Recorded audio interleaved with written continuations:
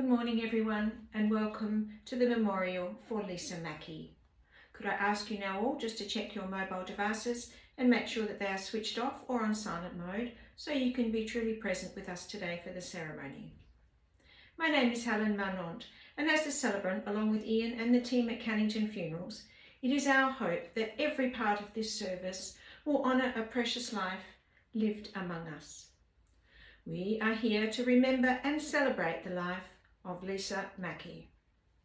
I'm sure you would like to join me in saying to her mother Lucille, her father Dan, her husband James, and her daughters Kate, Gemma and Jane, that you are in our thoughts because of your loss.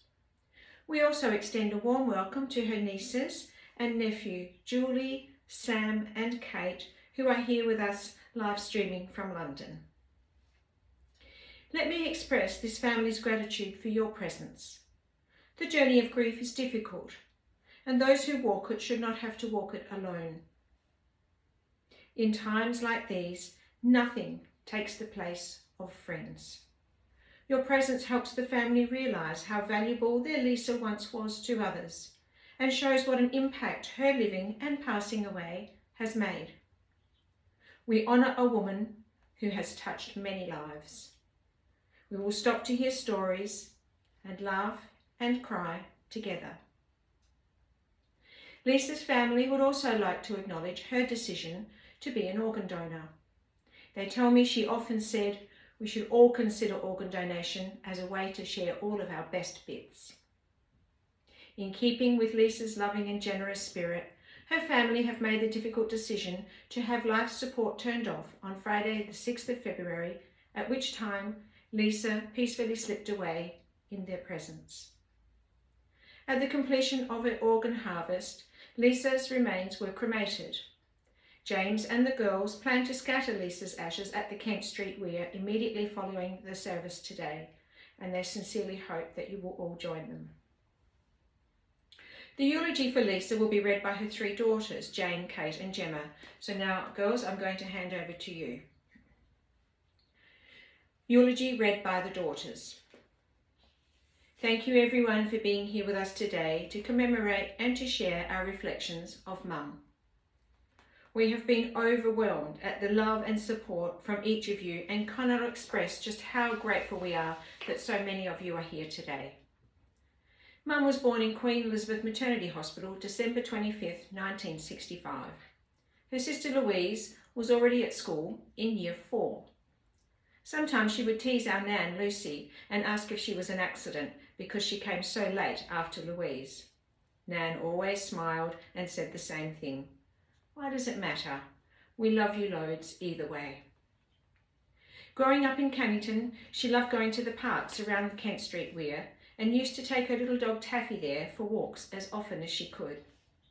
When she was 16, she was walking really slowly at the park with Taffy, who was then very arthritic at the age of 14.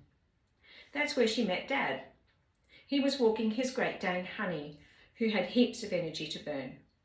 They chatted about their dogs and soon became friends. Nan says that Mum used to take Taffy for walks more and more often than usual, and she wondered why, until just before her 17th birthday, she walked home with Dad to introduce him to the family. Auntie Louise says that she thought Dad was just too good to be true, and she actually tried to get Mum to be less serious about him. Mum was pretty stubborn though, and just as well because they ended up getting married and creating 3 gorgeous daughters. Mum was an awesome cook and used to joke that she could make anything out of nothing. None of us are particularly domestically inclined, and she used to pretend with us that she felt like a failure as a mother because we didn't love cooking or the domestic life. She was that mum, the mum who always was in the school canteen or in the uniform shop, organising cake stalls or fundraising. She came to every single assembly at school and was there for every sports day and swimming carnival. Somehow, she still found the time to make many of our clothes and help us with our homework. She had a brilliant sense of humour and loved being silly. We used to tell her she was embarrassing, but that seemed to make her even sillier. She used to grab Dad out of his chair during breaks on the TV and make him learn random dance steps. Or she would say she wasn't going to serve dinner until we all attempted to stand on our heads. You should see the wall marks where we used it to support ourselves. Mum also taught us how to be women, to rise above challenges, to be responsible, to stand up to bullies, to protect vulnerable people, and to live honestly. She made us reverse the course when we were wrong and never back down when we were right. She taught us to let actions, not words, determine who we were. And she reminded us often not to judge a person by their worst deed. One of the hardest things we had to do as a family was to let Mum go. We'll miss her more than anything we've ever missed in our lives, and we know we are not alone in that. Gemma's now going to read a few words that Dad wrote down about his time with Mum. Gemma's words.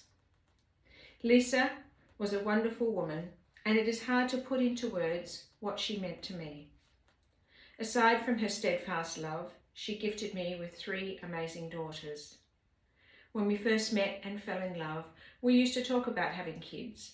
I wanted 5, she wanted 2. So it seems we compromised. She was my soulmate, my inspiration, my rock that was there through thick and thin. She was very humble and never bragged about her achievements, so she would be a little bit embarrassed about her rock star status today. It is true what they say, in a second your life can change completely. And on the 1st of February it did, when we were supposed to be meeting up to have a family barbecue in the park together. My life was irrevocably changed for the worse. I am so very sad and infuriated that you have been taken from us so young, but I'm eternally grateful for the amazing time that we had together, and I will miss you immeasurably. Thank you, ladies. Lisa would have been so very proud of you today. Louise is now going to read to us a poem by Daniel Ekstrom entitled The Legacy.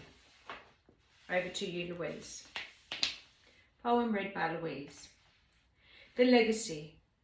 My family loved me very much and taught me well to share, and I am able yet to give, though I am not there. Mourn me not, my family, my spirit is still in you. I hope that you find comfort in my memory. The work that I do helps someone to live, my greatest legacy. Thank you, Louise, a very relevant poem. Can I draw your attention now to the screen where you can all enjoy the photo tribute that Lisa and her family have put together. Well, there were certainly some great fun memories there, and that concludes the service here in the chapel.